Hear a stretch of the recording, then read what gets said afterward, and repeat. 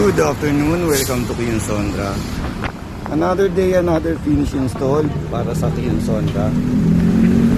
Ang in-install natin sa Toyota Hilux is H4 6000 Kelvin by 6000 Kelvin.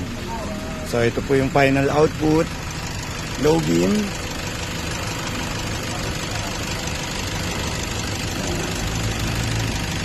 And then high beam.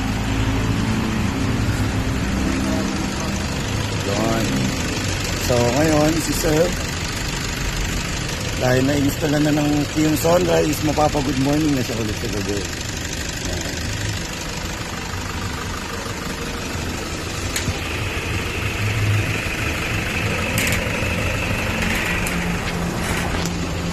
Horn. And then sa horn naman,